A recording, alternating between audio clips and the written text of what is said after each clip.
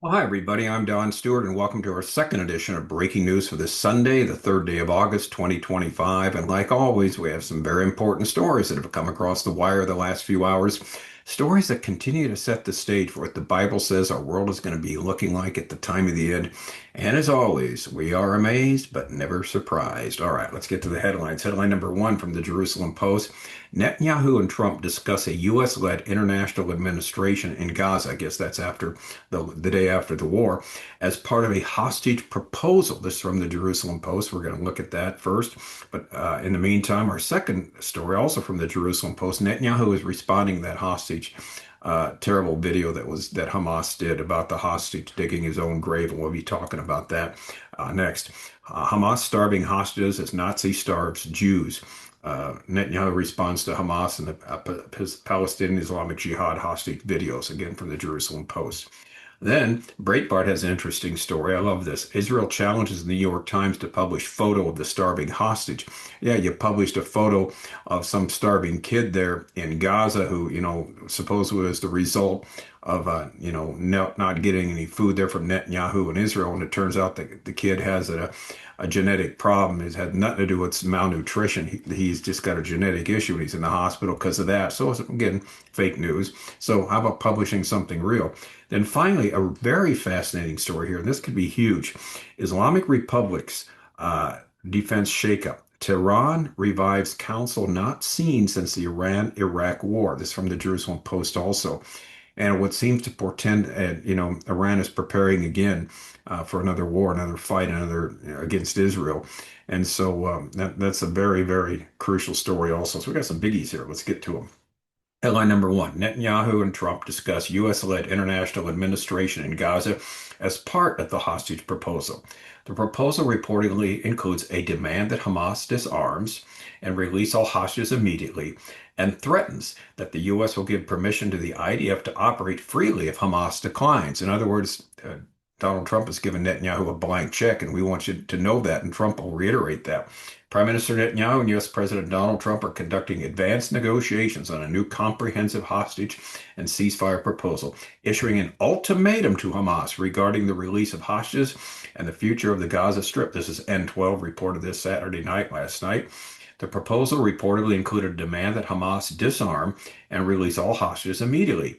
In the aftermath of the demands being met, the U.S. would lead an international administration that would be established in the Gaza Strip, the report said. As part of the ultimatum, Trump would give the green light for the IDF to act freely in the enclave if the terror group rejects the proposal. And again, this is from the website N12 claim. All right, this is fascinating because if this is true, and there's no reason it couldn't be, N12 is a really good source. There's an Israeli source. If this is true, then basically here's what we're saying. Here's the final offer that we're giving you. It's a once and for all one. You release all the hostages, you lay down your arms, you get the heck out of Gaza, and we move on from there. And there'll be an international group that'll be running Gaza after that.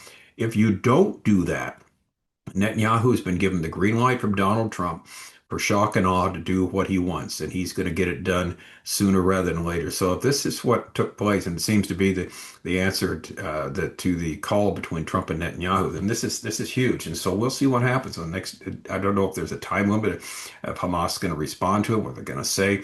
But anyway, we will see what takes place. All right, headline number two: Hamas starving hostages as Nazi starved Jews. Netanyahu responds to Hamas. This from and their Palestinian Islamic Jihad videos. He says, I understand exactly what Hamas wants. They don't want a deal. This is Prime Minister Netanyahu. They want to break us through these horrific videos. Prime Minister Benjamin Netanyahu said in a Sunday night address that the hostage videos released over the weekend made him realize exactly what Hamas wants. They don't want a deal. They want to break us through these horrific videos, through the false horror propaganda it spreads around the world, but we will not break, he continued. I am filled with even stronger determination to free our kidnapped sons, to eliminate Hamas, and to ensure that Gaza will no longer pose a threat to the state of Israel. You see them languishing in a dungeon, talking about the hostages, of course, but the Hamas monsters surrounding them have thick, fleshly arms. They have everything they need to eat. They are starving them just as the Nazis starved the Jews. Addressing the citizens of Israel, he said, like you, I was shocked yesterday. I saw the horror videos of our dear hostages, Ram and Avatar. I called their families, embraced them on my behalf and on behalf of my wife and also on your behalf. Now, interesting, I just saw a story before I started to record this. Evidently, Hamas has said, oh, we're going to start bringing food to the hostages now. We're not going to starve them anymore. In other words, because the whole world came out against them for something like this. You could imagine even those that were friendly to him say, wait a minute, what are you doing? You're starving this hostage. We talked about it earlier today. He looks like skin and bone. He looks like someone's from Auschwitz or one of the death camps there in Poland or Germany when the Allies liberated in 1945, the end of the Second World War. Not only he is skin and bones, they showed him digging his own grave. And this is from the Palestinian Islamic Jihad, which also, was holding some hostages. And so that just infuriated, as you can imagine, infuriated everybody. And you can just feel for their family. Can you imagine you're the mother or father, a kid, and it does that you see something like that? Anyway, enough is enough. So it's what's going to happen is the Israel is going to go forward full speed and with the blessing of the United States, because it's hard to see Hamas laying down the weapons or do anything they're supposed to do with respect to a ceasefire hostage release. Now, I love this next headline. This is from Breitbart.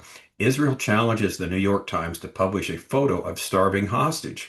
The Israeli Foreign Ministry challenged the New York Times and other major mainstream media outlets to publish a photo of a starving Israeli hostage after publishing fake images of starving Palestinian children.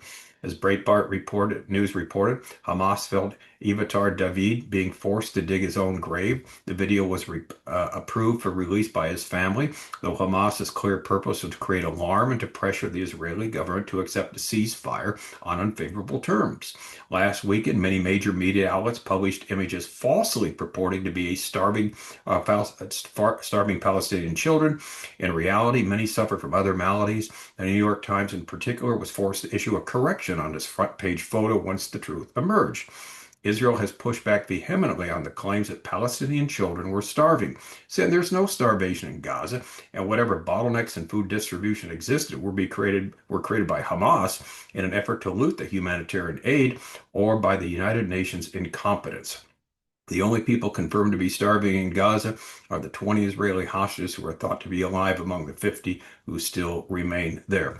Now, what do you think? The New York Times will publish that photo? If they did, they certainly wouldn't do it on page one. Doubt it very seriously, but good for Israel for saying that. Now, this next story is, again, another fascinating one because it goes along with what we've been telling you day after day here. The 12-day war did not end anything. It just, it's sort of like a ceasefire, a gentleman's agreement on both sides not to continue on, but it doesn't mean they don't want to fight or they're not going to fight in the future. Islamic Republic's defense shakeup. Tehran revives council not seen since the Iran-Iraq war. Some Jerusalem Post also. 1 month after Israel strikes cripple Iranian air defenses, Khamenei turns to an old playbook with a new power center. It took just 12 days in June for Iran's sprawling military machine to be exposed, but the Islamic Republic is now rebuilding its shattered pride.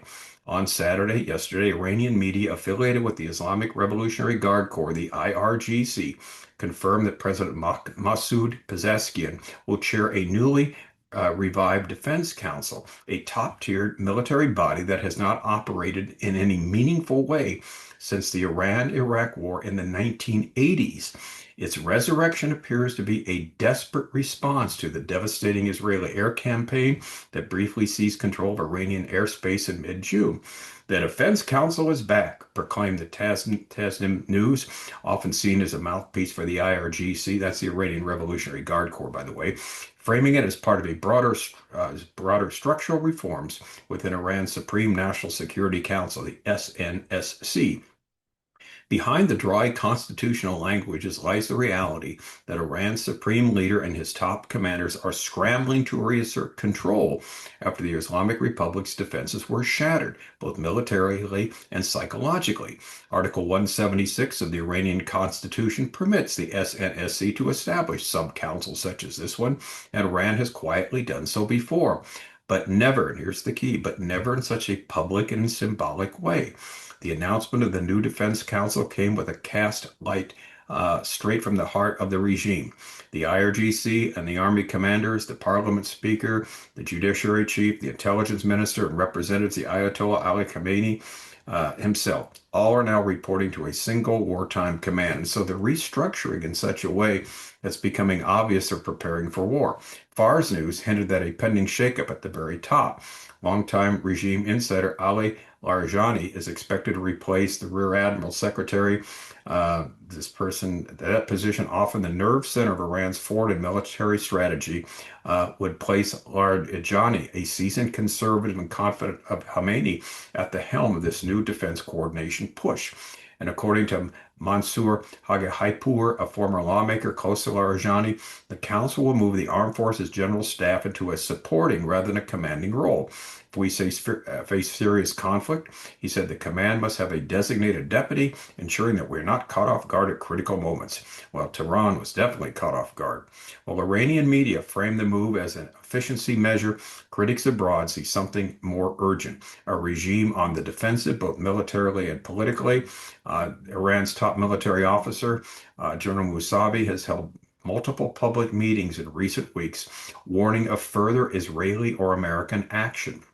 He stressed the need for short, medium, and long-term preparedness plans and demanded that civilian infrastructure adopt a military-style readiness doctrine. In comments that veered toward existential alarm, he declared last week, Tehran must ward off any new active aggression, adding that Iran's military response would be immediately and powerful. So bottom line is, in all this, they're planning for some type of response from Israel and some type of response possibly also from the United States. Well, why not? Because remember what Trump said, if you start enriching uranium, we're going to bomb you again. And we saw in this last week at Isfahan, one of the three sites that was bombed by the United States, work going on there again. So who knows what's going to happen. So anyway, reviving the Defense Council should signal, here's the bottom line, to Israel and the U.S. that the Islamic Republic is preparing for more war, more coordination, and more control from the top. Whether that leads to renewed resilience or deeper cracks will depend on whether Tehran has learned from June's humiliation or simply rearranged the rubble. In other words, they rearranged deck chairs on the Titanic. Basically, what's going on is we've been reporting to you every single day in Iran, and I mean every day, things are happening. And we've talked about before all these accidents, fires starting here, people becoming, well, having these accidents and dying left and right, people in positions of authority there and leadership, where you've got a lot of ones that are, in leadership running scared, not wanting to be tracked down by anybody. And it's really a fascinating situation there. And the reason it's happening, there are boots on the ground in Iran with not only Israeli, MI5, not an MI5, but the Mossad is Israeli MI5 people, but also the many faithful Iranian citizens who over the years have waited for a time like this where the regime can be overthrown. So doing all they can to sabotage, like the partisans of World War II. And we're seeing it happen every day with all sorts of things taking place. And Iran is running scared. They really are. They have no real leadership. Their leadership was taken out the first day of the war. So it's going to be interesting to see what happens now. But what it does do, like we say, is confirm what the Bible has to say, that at the time of the end, Iran is a secondary military force. They're not the big force, the big threat in the Middle East. It'll be Russia, of course, which will move in that direction. And we're seeing all that fall into place right before our very eyes. So fascinating story here. This new council here is in preparation for something. So we'll see what happens and when it happens. All right. I'm Don Stewart. Thanks again for watching. Until next time, as always, may the Lord richly, richly bless.